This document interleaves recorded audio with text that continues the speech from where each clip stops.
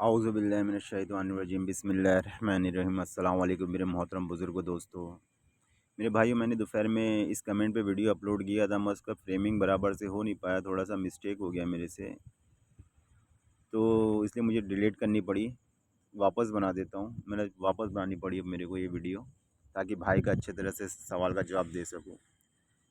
क्योंकि भाई वो स्वामी जी की स्ट्रीम पे गए थे ना, सवालों के इतने मंजीरे बजने लगे ना कि पूछो मत, कि कितना सवाल दूँ, कितना लिखूँ, कितना करूँ।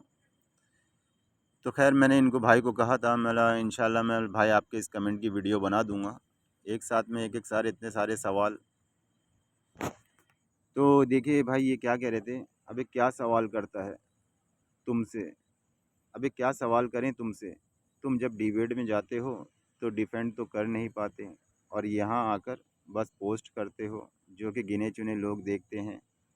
तुम्हारे तो अभी सब्सक्राइबर भी उतने नहीं हैं लाइव आ सको, और जब तुमने कोई गुस्ताखी नहीं की तो अपना चेहरा क्यों नहीं दिखाते, तुम्हें किस बात का डर है। ये मुझे ये बात जो इन्होंने ये इसमें बोली ना, इन सब से तो मुझे फ़र्क नहीं पड़ा, इन सब का तो मैं अल्हम्दुलिल्लाह जवाब है ना कभी भी कैसे भी जब चाहो जब उठा के दे दूँ। मगर इसमें एक बात थी ना कि तुम अपना चेहरा क्यों नहीं दिखाते, तुम्हें किस बात का डर है। तो मेरे भाई, मुझे एक वाक़ये का डर है, और मैं वाक़या ना भाई तुमको मैं अपना चेहरा क्यों नहीं दिखाता हूँ, मुझे एक वाक़या मेरे दिल पे ऐसा छपा हुआ है ना, तो मैं वाक़या मेरे भाई तुमको सुनाता हूँ, और मैं बहुत लोगों को वाक़या सुनाता हूँ अपने मोहल्ले में, बस्ती में, गाँव में, जहाँ भी मैं जाता हूँ लोगों को सुनाता हूँ ताकि वो बाज़ आएँ। मिसाल के तौर पर एक मैं भी अपनी खाली मस्जिद से घर, घर से मस्जिद ही ज़्यादा रखता हूँ, और ज़्यादा लोगों के बीच में उठता बैठता नहीं हूँ। तो मेरे भाई, एक दिन मैं अपनी मस्जिद से घर, घर से मस्जिद ही जाना होता है, मेरे मोहल्ले वाले भी जानते हैं, अब्बास का रास्ता भी अलग हो गया, अब्बास को अल्लाह ने हिदायत दे दी, अब्बास खाली अभी नमाज अपना इस्लाम को फॉलो करता है। तो एक दिन वे लोग, अब नगर सेवक के ऑफिस के सामने बैठे थे, मैं मस्जिद से घर जा रहा था, तो चार पांच लोग बैठे थे कुर्सी पे, और वो नगर सेवक भी मेरा दोस्त ही था। और खैर वहाँ तो मैं भी ज़्यादा उठता बैठता नहीं, बस सलाम दुआ दूर से हो जाती है। तो उस दिन उन लोगों ने मुझे टोका, क्या यार अब्बास भाई, तुमने हमारे बीच में उठना बैठना बंद कर दिए, कभी बैठा करो हमारे बीच में भी, थोड़ा वक्त निकाला करो। बोले खाली मुल्ला की दौड़ मस्जिद तक हो गई है, मस्जिद से घर, घर से मस्जिद, बस कहीं बैठ जाया करो हमारे साथ भी। तो मुझे हंसी आ गई, उस वक्त मुझे हंसी आ गई। तो उन्होंने पूछा, यार अब्बास में हंस रहे, क्यों हंसी आ गई। मैंने, यार भाई 2 दिन पहले किताब में एक वाक़या पढ़ा था, 2 दिन या कुछ दिन और हो गए होंगे शायद, पढ़ा था, मगर मेरे दिल में तो वाक़या छप गया था कि 2 बुज़ुर्ग थे, इस्लामिक किताबों में लिखा हुआ है। इंशाल्लाह कभी उसका वो दिखाऊंगा, मैं आप लोगों को वाक़या पढ़ के सुनाऊंगा, मैंने एक बार अपलोड भी किया था यूट्यूब पर उसको। तो वाक़या कुछ इस तरह है। तो जब उन लोगों के बीच में बैठा, मैंने उनको सुनाने बैठा, मैंने लाओ चलो सुना ही देता हूँ, जब तुम लोग बोलते हो तो सुनाओ। तो मुझे भी मौका मिल गया सुनाने का, मैं सुनाऊँ, बोले हाँ चलो सुना दो। तो कुर्सी खाली की, मुझे बिठाए, इज़्ज़त दिए, एहतराम दिए। तो मैंने उन्हें वाक़या सुनाना चालू किया। मेरे 2 बुज़ुर्ग थे यमन में, मस्जिद से घर, घर से मस्जिद जाया करते थे, अपना मुंह छुपा कर जाया करते थे, कपड़ा डाल के जाया करते थे। मोहल्ले वाले परेशान रहते थे कि हज़रत का ऐसा क्या मामूल है जो ये मुंह छुपा के मस्जिद जाते हैं। तो एक दिन एक से बर्दाश्त नहीं हुआ, उसने पूछ ही लिया, बोले हज़रत, बोले ये मुंह छुपा कर मस्जिद क्यों जाते हो, क्या ये मुंह छुपा कर मस्जिद क्यों जाते हो, ऐसा ढाक के क्यों जाते हो। तो हज़रत ने बोला, तुमको जानना है तो इसको अपने सर पर तुम डाल लो। तो बोले लाओ डाल लेते हैं। तो वो बंदे ने डाल लिया, और हज़रत ने कहा, बोले जाओ अपनी बस्ती की तरफ नज़र घुमाओ ज़रा। तो वो बंदा अपनी बस्ती की तरफ नज़र घुमाता है, फिर बाद में हज़रत का रुमाल उतारता है, बोले हज़रत पकड़ो इसको। बोले क्या हुआ। बोले हज़रत मुझे सारे कुत्ते बिल्ली सूअर नज़र आ रहे थे, बोले मेरे बस्ती में जितने भी लोग थे सारे मेरे को कुत्ते बिल्ली सूअर नज़र आ रहे थे। तो बोले इसलिए तो समझ गए ना, इसलिए हज़रत वो मुँह छुपा के जाते थे। तो इतने में ना पीछे से ना 2-3 लड़के आ गए, और खूब गाली बकने लगे उन लोगों को, तेरी माँ की रात में किधर था, तेरी बहन की रात में किधर था, कितना ढूंढे तेरे को, फ़ोन लगाए, कहीं जाना होगा उन लोगों को। आजकल तो दोस्त यार में आम बातें हैं, ऐसी ही बात होती है, सलाम दुआ प्यार से तो बात ही नहीं होती है, ये सब कलमात से तो बात ही नहीं होती है। तो तुम्हारे ऊपर कहाँ से बरकत आएगी, कहाँ से रहमत आएगी। एक दूसरे को गाली बकना ज़बरदस्ती, वो भी माँ की बहन की।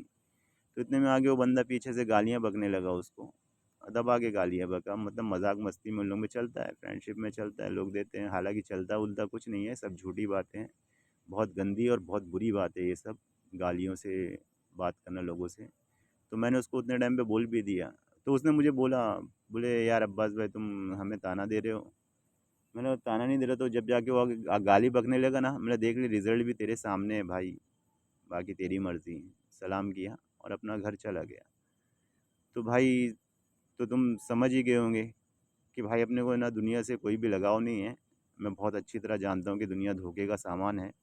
मैं तो सोचता हूँ कहाँ किसी पेड़ में खड्डा करके या ज़मीन में कहाँ छुप जाऊँ, मगर अल्हम्दुलिल्लाह मैं कहीं छुप नहीं सकता, क्योंकि अल्लाह फरमाता है इस ज़मीन में तुम कहीं भाग नहीं सकते। क्या कहीं भागने की जगह है? कहीं नहीं छुप सकता मेरे भाई। इसलिए मैं अपना फेस नहीं दिखाता हूँ। ऐसे ही मर जाए कोई जाने पहचाने नहीं, बस चुपचाप गुमनाम आदमी की तरह निकल लो दुनिया से, वही अच्छा है। समझे मेरे भाई। और रहा ये मेरे भाई, ये जो आपने कहा अभी क्या सवाल करे तुमसे, तुम जब डिबेट में जाते हो तो डिफेंड तो कर नहीं पाते, और यहाँ आके बस पोस्ट करते हो जो कि गिने चुने लोग देखते हैं। अरे मेरे भाई, मैं डिबेट में मुश्किल से 3 बार मेरी 2 बार मेरी डिबेट हुई। एक बार खाली मिर्ज़ा गालिब से हुई, उसमें भी मैंने उससे कहा था देख तू और मैं ही रहेंगे और तीसरा कोई नहीं रहेगा, और उसने बीच में एक मुस्लिम को भी बुलाया। फिर लास्ट में देखा कि यार मैं फंस गया हूँ, निकल नहीं पा रहा हूँ, तो उसने एक्स मुस्लिम साहिल को भी बुलाया। साहिल पहले दूसरी आईडी से आया, फिर बाद में अपनी ओरिजिनल आईडी से आया, साहिल को भी फंसाया। साहिल को बुलाया कि भाई बचा मुझे इससे। अल्हम्दुलिल्लाह साहिल को भी 2-3 आए थे मैंने चिपकाया। उसने पूछा भी, बोले ये जो बच्चे की तशरीफ़ लेते हैं मदरसों में, ये कौन मौलाना होते हैं? बताया मैंने उसको, सच वाला जैसे होते हैं, कुरान की आयत के साथ में बताया कि अल्लाह ने अपनी आयतें अता की थी, उतार दी, फिर शैतान पीछे लगा, फिर गुमराहों में हो गया। ऐसे ही मौलाना होते हैं जो अल्लाह की आयतों को उतार देते, अपनी ख्वाहिशों के पीछे चल पड़े थे।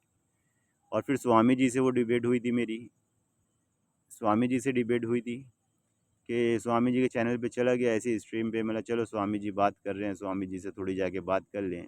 और किसी स्ट्रीम में जाता हूँ तो जब मेरा नाम देखते हैं कुरान हर सवाल का जवाब, कितने मुसलमान तो लेते ही नहीं है, स्ट्रीम के अंदर लेते ही नहीं है, और काफिर दुश्मन इस्लाम फ़ौरन ले लेते हैं। ओए बोले अल्लाह वाला आया, बोले इस्लाम वाला आया, कुरान हर सवाल का जवाब, बोले लो इसको पहले लो। ये लोग पहले एंट्री मारते हैं।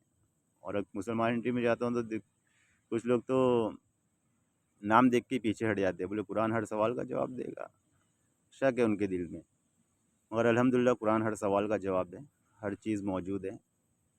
और वो खुदा ही किस काम का कि तुम उसे पुकारो और तुम्हारी बात का जवाब ना दे सके? बेकार है ऐसा खुदा, धिक्कार है मेरे भाइयों ऐसे खुदा पे कि तुम उसे पुकारो और वो तुम्हारी बात का जवाब ना दे सके। किस बात का फिर वो खुदा?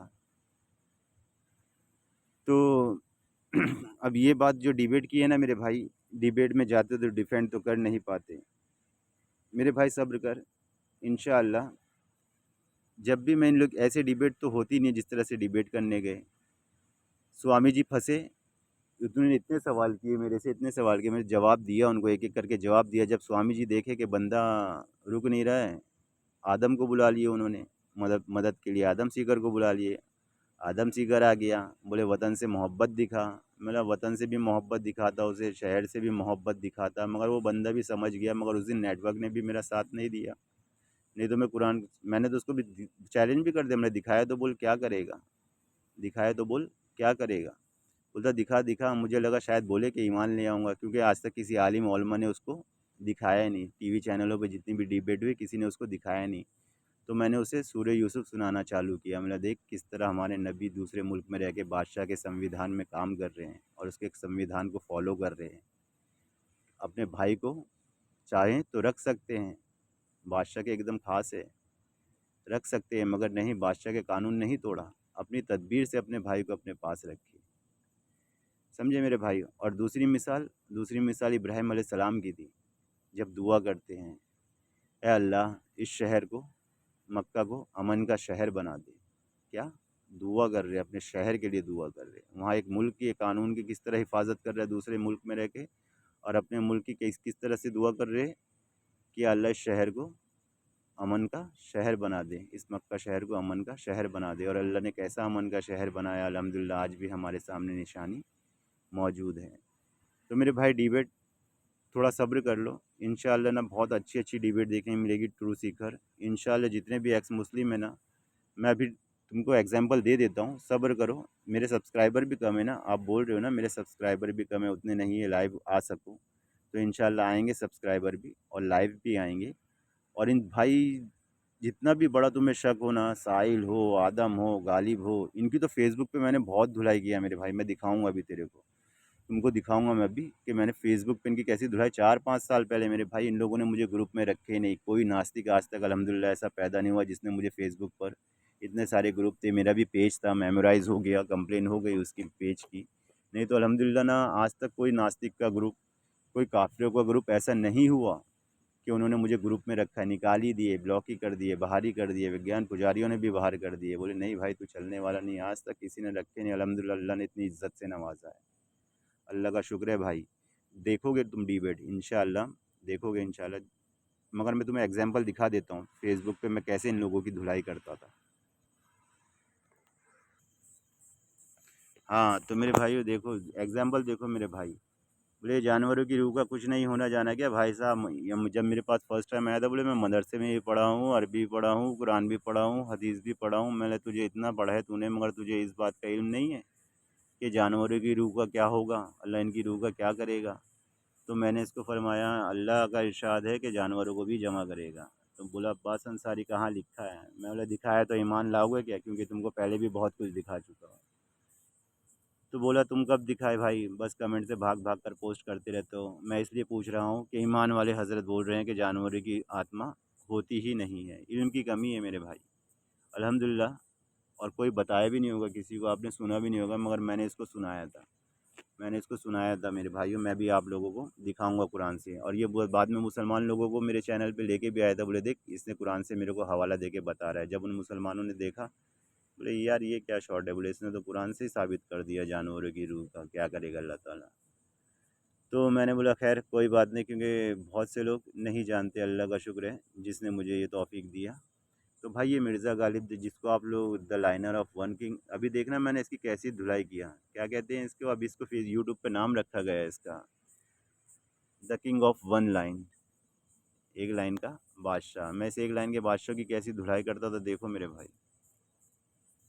हाँ तो मैंने इसको दिखाया था, देखो क्या जवाब दिया था, ये जानवरों की रूह का कुछ नहीं होना जाना क्या भाई साहब।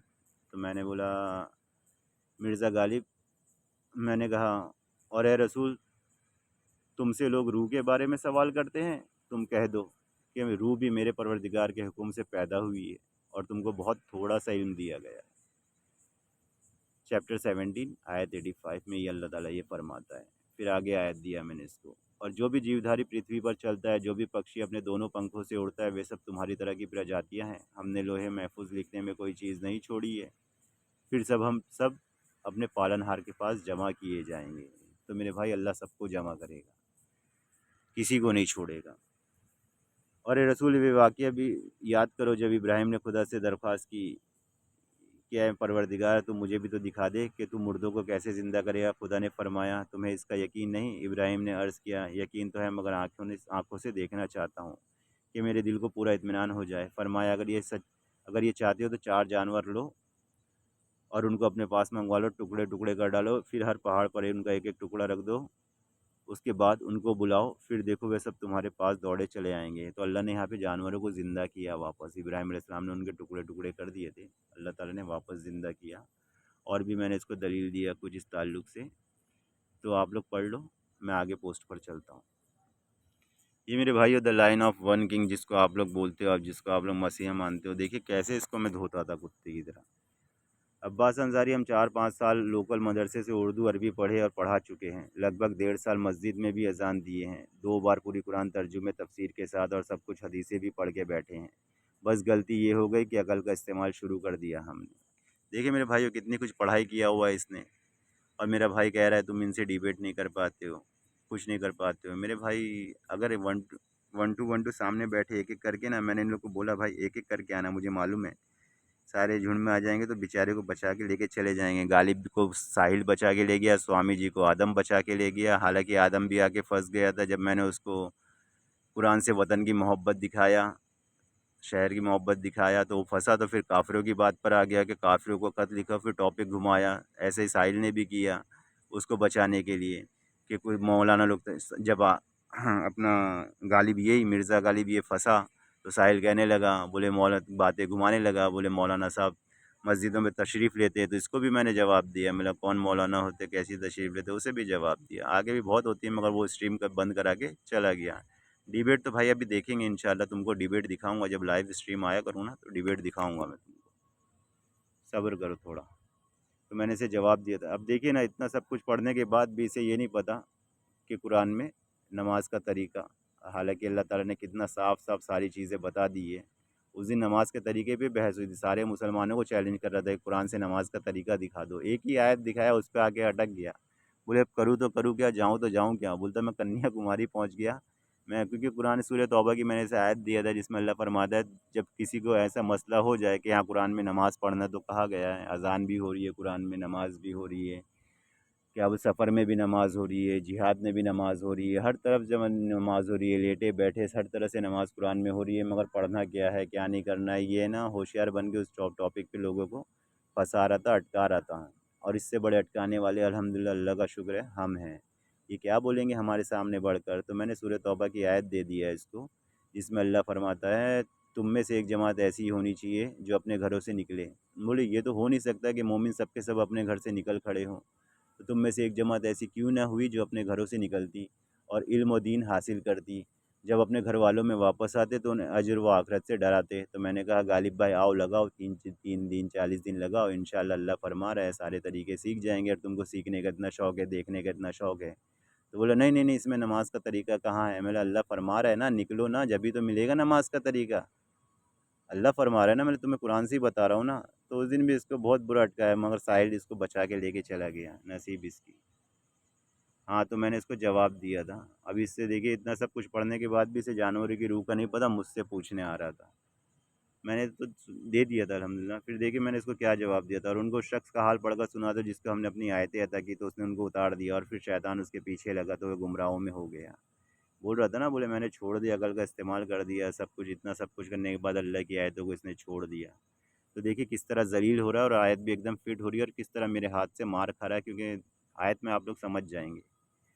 भाई जब आपने सब छोड़ दिया तो अपना हाल भी सुन लो कुरान, और सुन लो कुरान, और उनको उस शख्स का हाल पढ़कर सुना दो जिसको हमने अपनी आयतें अता की, तो उसने उनको उतार दिया, फिर शैतान उसके पीछे लगा तो वो गुमराहों में हो गया।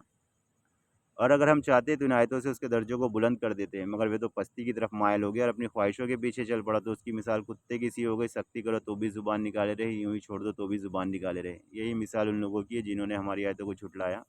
तो उनसे ये किस्सा बयान कर दो ताकि वे फ़िक्र करें।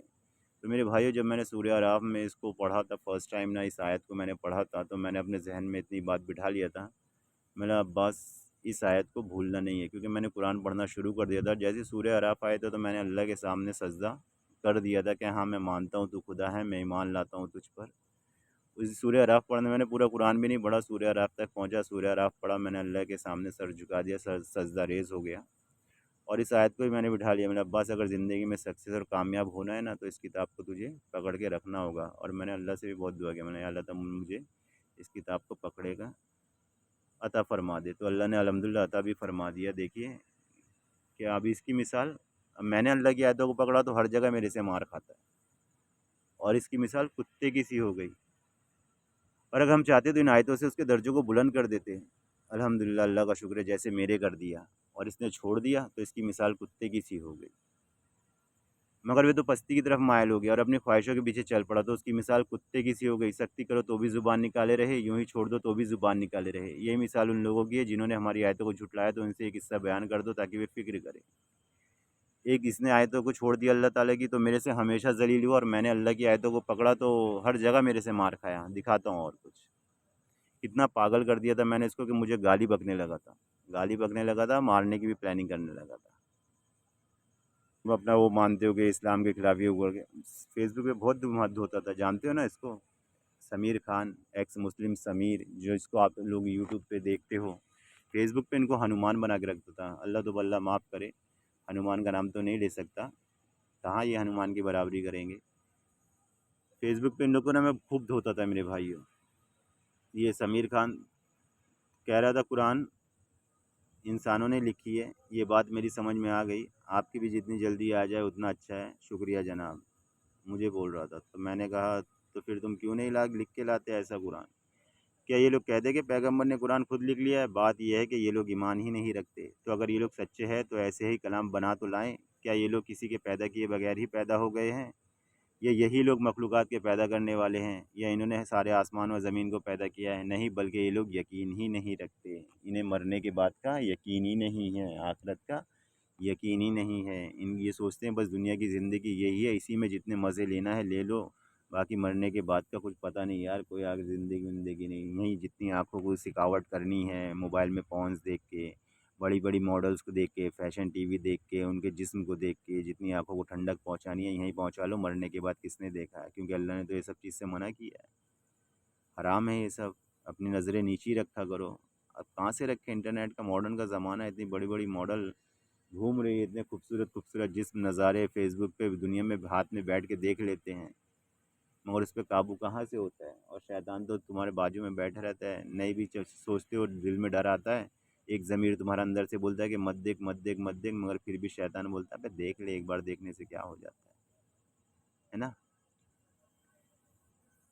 तो खैर, तुम कह दो कि अगर सारे दुनिया के जहां आदमी और जिन इस बात पर इकट्ठे हो जाएं कि उस कुरान जैसा ले आएं तो नामुमकिन इसके जैसा नहीं ला सकते, अगरचे एक दूसरे के मददगार ही हो। तो तुम कहो कि भला देखो, अगर ये कुरान खुदा की बारगाह से आया हो और फिर तुम इससे इनकार करो, तो जो पल्ले दर्जे की मुखालफत में पड़ा हो उससे बढ़कर और कौन गुमराह हो सकता है? हम अनकरीब भी अपनी कुदरत की निशानियाँ एतराफ़ आलम में और ख़ुद इनमें भी दिखा देंगे, यहाँ तक कि उन पर ज़ाहिर हो जाएगा कि वही यकीनन हक़ है। क्या तुम्हारा परदिगार इसके लिए काफ़ी नहीं कि वह हर चीज़ पर काबू रखता है? देखो, ये लोग अपने परदिगार के रूबरू हाजिर होने से शक में पड़े हैं। सुन रखो, वे हर चीज़ पर हावी है। और ये कुरान ऐसा नहीं कि खुदा के सिवा कोई इसको अपनी तरफ से झूठ मूठ बना डाले, बल्कि ये तो जो किताबें पहले की उसके सामने मौजूद है उनकी तस्दीक करता है और उन्हीं किताबों की तफसील है। इसमें कुछ शक नहीं कि सारे जहाँ के परवरदिगार की तरफ से है, और इनमें से बाज़ तो ऐसे हैं कि इस कुरान पर ईमान लाएंगे और बाज़ ऐसे हैं जो ईमान लाएंगे ही नहीं। ये देखो मेरे भाई, तुम्हारा वन लाइनर किंग, एक्स मुस्लिमों का वन लाइनर किंग और काफिरों का वन लाइनर किंग, इसको कैसे मैं गुलाम बना के रखता था। क्या बोल रहा था? देखो किस तरह गाली बक रहा था। चुप जा, गाली पढ़ लो, अल्लाह रहम फरमाए, ज़ुबान पे भी ना लाइए गालियाँ। तुम लोग हो असली वजह नफ़रत की, यहाँ चुप जा, गाली बका, और तुम ही लोग हो असली वजह नफ़रत की। तो मैंने इसे कुरान की आयत फिर चिपका दिया, और जब उनको हमारी आयतें पढ़ पढ़ कर सुनाई जाती है तो उनकी शक्ल बिगड़ जाती है, तो तुम उनके चेहरे पर नाखुशी की निशानी देखते हो। यहाँ तक कि करीब होता है कि जो लोग उनको हमारी आयतें पढ़कर सुनाते हैं ये लोग उन पर हमला कर दे। तुम कह दो कि तुमको इससे भी कई बदतर चीज़ बता दूँ, सुन लो, वे जहन्नम है। ए रसूल, मेरे सच्चे बंदे मोमिनों से कह दो कि वे काफिरों से बात करें तो अच्छे तरीके से करें, सख्त कलामी ना करें, क्योंकि शैतान तो ऐसी बातों से फसाद डलवाता है। इसमें तो शक नहीं कि शैतान आदमी का खुला दुश्मन है। मुस्लिम समीर बोल रहा था, क्या सबूत है कि कुरान अल्लाह की किताब है? क्या सबूत है कि मोहम्मद साहब अल्लाह के नबी थे? दिया इसको भी जवाब। और ए रसूल, काफिर ढूंढ ढूंढ के पकड़ पकड़ के लाता था, ऐसी ऐसी पोस्ट ये लोग अपने उस पर करते थे, पकड़ पकड़ के लाता था कि आओ इधर आओ इधर आओ, भागते थे। और ए रसूल, काफ़ी लोग कहते हैं कि तुम पैगंबर नबी नहीं हो, तो तुम उनसे कह दो कि मेरे और तुम्हारे दरमियान मेरी रिसालत नबूवत की गवाही के वास्ते खुदा और वे शख्स जिसके पास आसमानी किताब का इल्म है काफ़ी है। ज़रूरत नहीं है मेरे भाई तुझे मानने की। मेरा आसमानी किताब का इल्म, और जिसके पास आसमानी किताब का इल्म है काफ़ी है। खुदा और वे शख्स जिसके पास आसमानी किताब का इल्म है काफ़ी है। तेरी ज़रूरत नहीं है भाई मानने की, तुझे कोई सबूत देने की।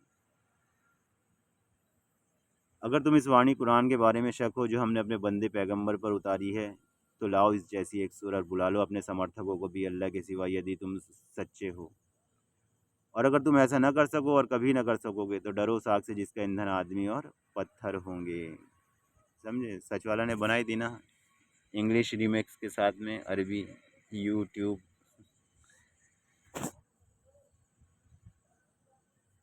और रही बड़ी बड़ी बातों की, रही बड़ी बड़ी बात की, तो मेरे भाई ये भी एक नास्तिक था, इसको भी अल्हम्दुलिल्लाह, ये तो इसरो के साइंटिस्ट को बुला लाया था मेरे पास, मेरे पेज पर इसरो के साइंटिस्ट को बुला लाया था। हाँ, इसको तो इतना मैंने जवाबात दिया था ना।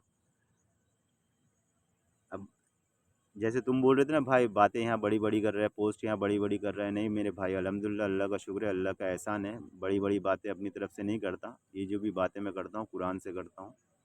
देखिए मैंने इसको क्या क्या कहा था, इसने आदम का डेट ऑफ बर्थ बताओ, इतना ही नहीं बता सकते हो, दावे तो बहुत बड़ी बड़ी करते हो, बड़े बड़े दावे, इसे भी मालूम है मैं ऐसे ही दावे करता था बड़े बड़े। मैंने आओ किसको पूछना है, जो भी पूछना है आ जाओ और लेके जाओ जवाब।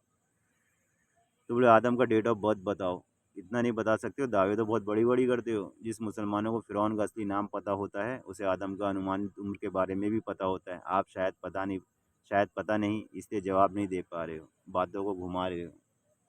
देखिए अल्हम्दुलिल्लाह, अल्लाह का एहसान, मेरे रब का एहसान, क्या जवाब दिया। फ़िरौन ने पूछा भला पहली जमातों का हाल तो बताओ क्या हुआ। फ़िरौन ने भी हज़रत मूसा अलैहिस्सलाम से यही सवाल किया था कि पहले लोगों का हाल बताओ क्या है, क्या हुआ उनके साथ में।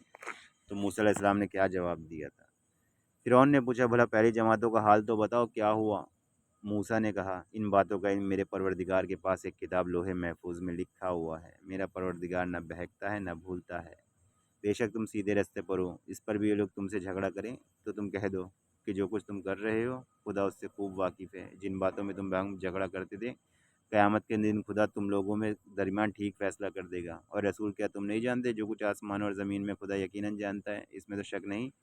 ये सब बातें किताब लोहे महफूज में लिखी हैं, और जो लोग काफिर हो बैठे वे तो कुरान की तरफ से हमेशा शक में ही पड़े रहेंगे, यहाँ तक कि क़यामत याक उनके सर पर आ मौजूद हो, या यूँ कहूँ कि इन पर सख्त मनहूस दिन का अजाब नाजिल हुआ। मिर्ज़ा गालिब बहुत धोया भाई इसको, बहुत। ये समीर खान तुम्हारा एक्स मुस्लिम समीर इंसानियत का पाठ पढ़ाता है, इंसानियत की डेफिनेशन पूछ लो इससे, बता नहीं पाएगा। आया था मेरे पास, बोले कुरान की 2 आयत बताओ जो मानवता के बारे में कही गई हो, कोई भी 2 आयत। तो इसको भी जवाब दिया था। उर्फ नास्तिक समीर खान उर्फ नास्तिक, कोई शक नहीं तुम लोग झूठे मक्कार लोग होते हो जो लोगों को अल्लाह के रास्ते से रोकते हो, ज़रा कुरान पर गौर फरमाएं। ऐ ईमान वालो, इंसाफ पर कायम रहो, खुदा के लिए सच्ची गवाही दो, चाहे इसमें तुम्हारे माँ बाप और रिश्तेदारों का नुकसान ही हो। अगर कोई अमीर है या फ़कीर तो खुदा उनका खैर ख्वाह है। क्या फरमा रहा है, तुम्हारे माँ बाप या रिश्तेदारों का नुकसान ही हो, इंसाफ पर कायम रहो, चाहे किसी का भी नुकसान हो, तुम्हारी माँ या तुम्हारा बाप क्यों ना आ जाए। ऐसा इंसाफ करने वाला अल्लाह ताला। दुनिया के किसी संविधान, किसी किताब, किसी दुनिया के किसी स्कूल में ये बात तुम्हें लिखी भी नहीं मिलेगी और न किसी ने बताई भी होगी। चैलेंज है मेरा, ला के दिखा दो। ए ईमान वालों, इंसाफ पर कायम रहो और खुदा के लिए सच्ची गवाही दो, चाहे इसमें तुम्हारे या तुम्हारे माँ बाप या रिश्तेदारों का नुकसान ही हो। अगर कोई अमीर या फ़कीर है तो खुदा उनका खैर ख्वाह है, तो तुम नफ्स की ख्वाहिश के पीछे चलकर अदल इंसाफ को ना छोड़ देना। अगर तुम पेशदार शहादत दोगे या शहादत से बचना चाहोगे तो जान रखो खुदा तुम्हारे सब कामों को जानता है। सूरह निसा। मानवता का इससे बड़ा उदाहरण दुनिया की कोई किताब में ना मिलेगा। और भी बहुत ऐसे ऐसे मेरे भाइयों, बस एक और दिखा के ख़त्म करता हूँ। ये तो कुछ नहीं, और भी मेरी नॉन मुस्लिम भाइयों से बहुत बहस होती थी, बहुत डिबेट होती थी उनके भी ग्रुप में। ये तो इन नास्तिकों का ग्रुप रहता ही था। ये नसीहत हुसैन, इसको भी जानते होंगे, कभी कभी इंटरव्यू देती है आके अपना। ये तो बेचारी इतनी परेशान हो गई थी मेरे से कि पूछो मत, बहुत ज़्यादा ही हैरान हो गई थी। ये तो डरती थी मेरे से कि डिबेट करने से बेचारी। मैंने इसको एक दिन बोला भी, मैं बोला है कोई सवाल तुम्हारे दिल में जो करो। तो कहने लगी, बोले सवाल के जवाब में कुरान की आयत चेप दे तो ऐसे कैसे डिबेट होगी। मेरा तो मैंने फिर इसे कुरान की आयत चेप दिया है। बोले मुनाफिक डरते रहते हैं, कहीं कहीं पे कहीं कहीं कहीं उन खुदा उन पर ऐसी आयत ना उतार दे कि उनके दिलों का भेद ज़ाहिर हो जाए। इतना डरने लगे थे। तो अब भाई ब्लॉक करने की बारी आ गई। बोले इसको ब्लॉक करो। नसीहत हुसैन, इसको ब्लॉक नहीं करूँगा, इस पर आरएसएस वालों को मेंशन कर देता हूँ, वो जब इसे ढूंढ ढूंढ के मारेंगे तभी ठीक रहेगा। इसके ऊपर नोटबुक बनाऊँ भाई, 1 घंटे की नोटबुक बन जाए, कितना जवाब दूँ मैं इसको। और जब उनको हमारी वाज़ेह रोशन आयत उनके सामने पढ़कर सुनाई जाती है तो उन काफिरों के चेहरों पर नाखुशी के आसार देखते हो। यहाँ तक कि करीब होता है कि जो लोग उनको हमारी आयतें पढ़ पढ़ कर सुनाते हैं उन पर ये लोग हमला कर बैठे। ए रसूल, तुम कह दो, क्या तुम्हें इससे भी कहीं बदतर चीज़ बता दूं? अच्छा तो सुन लो, वे जहन्नम है जिसमें झोंकने का वादा खुदा ने काफिरों से किया है। और उनको नूह का किस्सा पढ़कर सुना दो।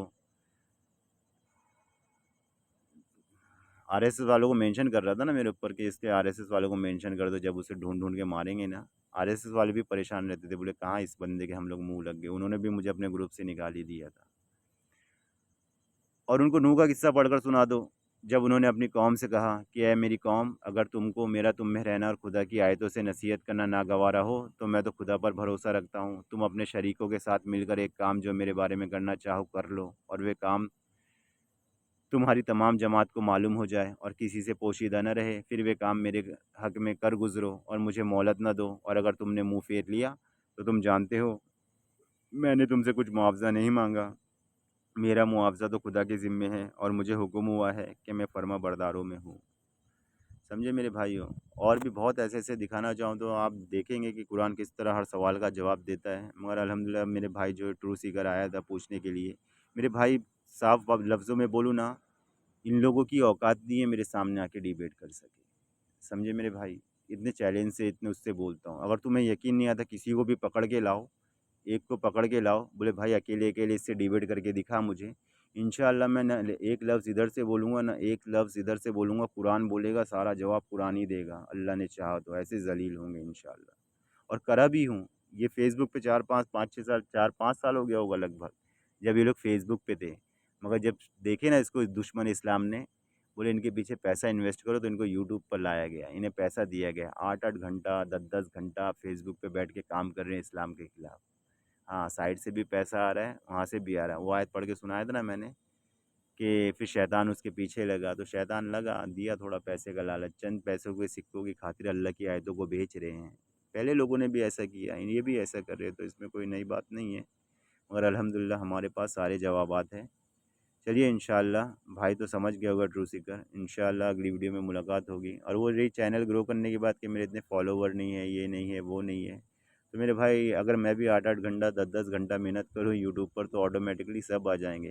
करने का कहने का मतलब क्या है, जिस चीज़ के पीछे तुम मेहनत करोगे तो इंशाअल्लाह उसका फल एक ना एक दिन ज़रूर मिलेगा। मगर क्या, सब्र एक बहुत बड़ी चीज़ है, तो सब्र से काम लिया करो। और मैं तो अपने वीडियो में किसी को नहीं कहता कि चैनल को सब्सक्राइब करो, लाइक करो। अल्हम्दुलिल्लाह मैं किसी को नहीं कहता कि चैनल को लाइक करो, सब्सक्राइब करो, क्योंकि मैं सिर्फ़ अल्लाह से कहता हूँ कि अल्लाह ताला अगर मैं हक़ पर हूँ तो खुद ही अल्लाह ताला लोगों तक जिन-जिन को जोड़ना चाहेगा खुद ब खुद मेरे चैनल पर चल के आ जाएँगे। और भाई मुझे और भी काम होते हैं, बीवी बच्चे वाला आदमी हूँ और तुम्हें तो मालूम है दुनिया से कटा ही रहना ज़्यादा पसंद करता हूँ। हाँ, कटा ही रहना ज़्यादा पसंद करता हूँ। चलिए अस्सलाम वालेकुम, इंशाअल्लाह अगली वीडियो में मुलाकात होगी।